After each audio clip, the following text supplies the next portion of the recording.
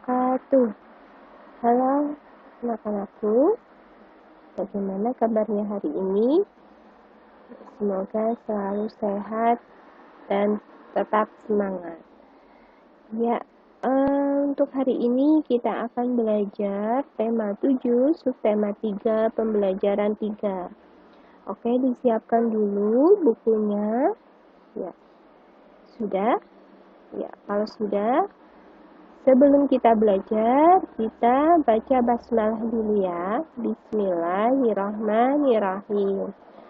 Oke, selama video ini diputar, kalian simak baik-baik, catat hal-hal yang penting ya. Jadi yang tidak ada di buku paket, silakan kalian catat di buku tulis masing-masing. Oke, yang pertama kita akan belajar tentang keragaman kegiatan ekonomi di masyarakat. Masyarakat melakukan kegiatan ekonomi untuk memenuhi kebutuhan hidupnya. Kegiatan ekonomi yang dilakukan masyarakat disesuaikan dengan kondisi alamnya.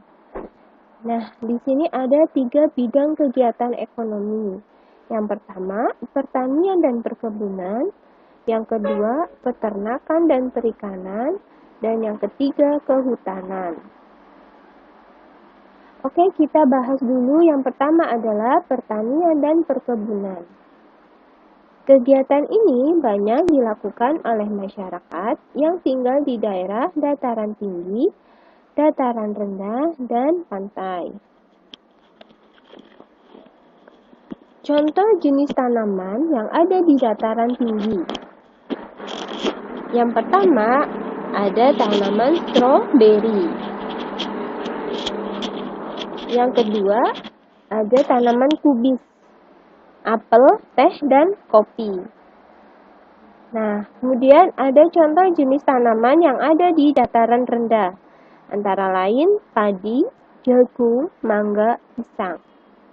Kemudian contoh jenis tanaman yang ada di daerah pantai adalah bakau atau mangrove, pohon bakau atau pohon mangrove, kemudian kelapa, dan ketapang.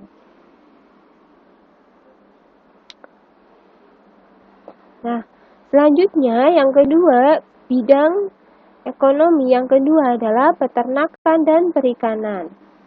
Hewan-hewan yang biasa diternak di daerah dataran tinggi adalah sapi, kerbau, kambing, domba. Dan hewan-hewan yang biasa diternak di daerah dataran rendah adalah kucing, ayam, gajah, ular. Hewan yang biasa diternak di daerah pantai adalah penyu, teripang, udang, kepiting, bulu babi. Nah, kegiatan masyarakat di pesisir pantai selain nelayan adalah petani garam, petambang udang, ya. Ini salah ketik ya. Ini petambang udang dan pengawetan ikan. Nah, yang ketiga ada kehutanan. Kegiatan ini banyak dilakukan masyarakat yang tinggal di kawasan hutan. Nah, tanaman yang biasa dimanfaatkan adalah jati dan rotan. Hasil hutan biasanya dimanfaatkan. Ya, pohon jati biasanya dimanfaatkan sebagai bahan baku untuk industri bangunan dan mebel. Nah, hasil hutan juga diekspor, dikirim ke luar negeri untuk menambah pendapatan negara atau devisa negara. Oke, selanjutnya kita akan belajar tentang sikap dalam menjaga keragaman.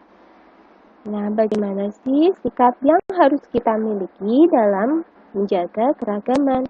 Yang pertama, tidak mengobrol saat menunggu temanmu yang sedang beribadah.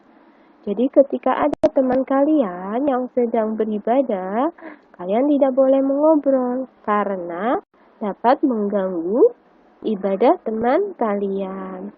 Yang kedua, menghargai teman yang berbeda suku. Yang ketiga, tidak mengejek teman yang menggunakan bahasa daerahnya. kita harus menyikapi keragaman dengan bijaksana. Mengapa? Agar tidak menimbulkan perpecahan antar suku, agama, dan ras. Nah, selanjutnya, sikap yang dapat menimbulkan perpecahan dalam keragaman. Nah, jadi sikap-sikap di sini harus kita hindari ya, agar tidak menimbulkan perpecahan. Yang pertama, mengganggu teman yang sedang beribadah. Itu tidak boleh. Yang kedua, tidak mau bermain dengan teman yang berbeda suku dan agama.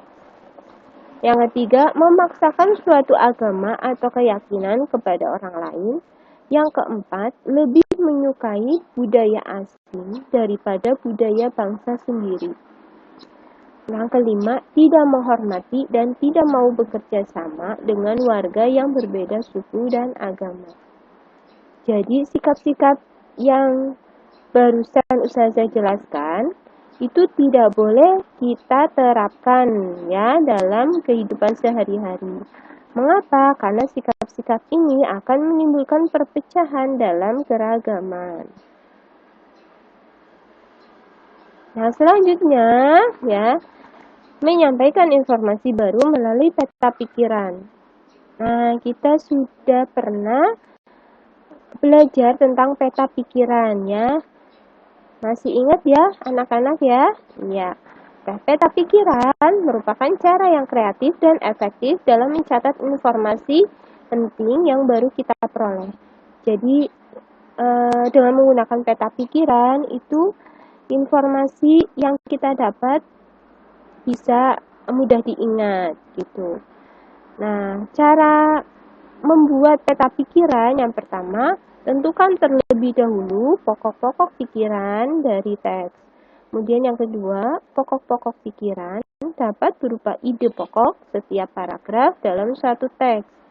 Yang ketiga, tuliskan pokok-pokok pikiran tersebut ke dalam suatu peta pikiran.